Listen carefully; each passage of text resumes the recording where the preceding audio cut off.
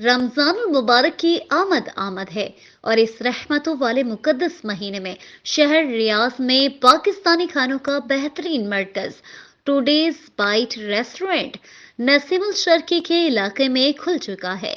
مدیحہ نعمان کی اطلاع کے مطابق 6 مارچ 2024 بعد نماز عشاء پاکستانی کمیونٹی کے اعزاز میں خصوصی دعوت کا اہتمام کیا گیا۔ ٹوڈے ریسٹورنٹ میں کسٹمر کی سہولت کے لیے 30% خصوصی رعایت بھی رکھی گئی ہے۔ تجربہ کاشف کی تیار کردہ لذیذ اور مزیدار کھانوں سے لطف ہونے کے لیے ایک بار ریسٹورنٹ کا ضرور وزٹ کریں۔